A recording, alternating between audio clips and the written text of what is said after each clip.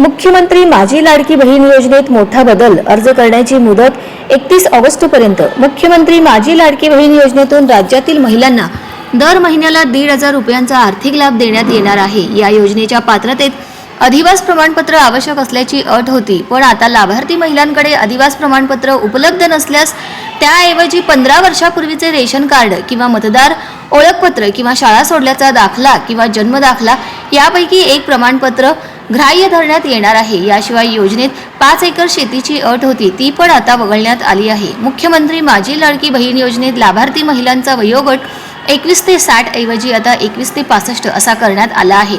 परराज्यात जन्मलेल्या महिलांनी महाराष्ट्रात अधिवास असणाऱ्या पुरुषांबरोबर विवाह केलेला असल्यास त्यांच्या पतीचा जन्म दाखला किंवा शाळा सोडल्याचे प्रमाणपत्र हे अधिवास प्रमाणपत्र म्हणून ग्राह्य धरले जाणार आहे। तसेच 2.5 लाख रुपये उत्पन्न दाखला नसल्यास पिवळे किंवा केशरी रेशन कार्ड असेल त्यांना उत्पन्नाचा दाखला प्रमाणपत्रातून सूट देण्यात येणार आहे। कुटुंबातील अविवाहित महिलेलाही या योजनेतून लाभ देण्यात येणार आहे।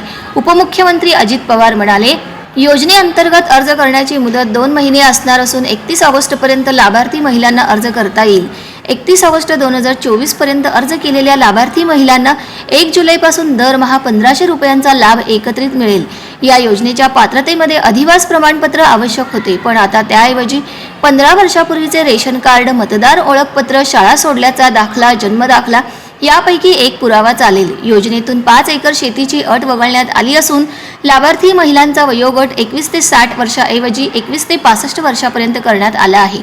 परराज्यात जन्मलेल्या महिलांनी महाराष्ट्रातील अधिवास असणाऱ्या पुरुषाबरोबर विवाह केला असल्यास त्यांच्या पतीचा जन्म दाखला, शाळा सोडल्याचा दाखला, अधिवास प्रमाणपत्र ग्राह्य धरण्यात येईल। 2.5 लाख रुपयांच्या उत्पन्नाचा दाखला नसल्यास ज्या कुटुंबाकडे पिवळे व केशरी रेशन कार्ड उपलब्ध असेल त्यांना उत्पन्नाच्या दाखला प्रमाणपत्रातून सूट देण्यात आली असून कुटुंबातील एका पात्र अविवाहित महिलेला सुद्धा योजनेचा लाभ देण्यात येणार आहे।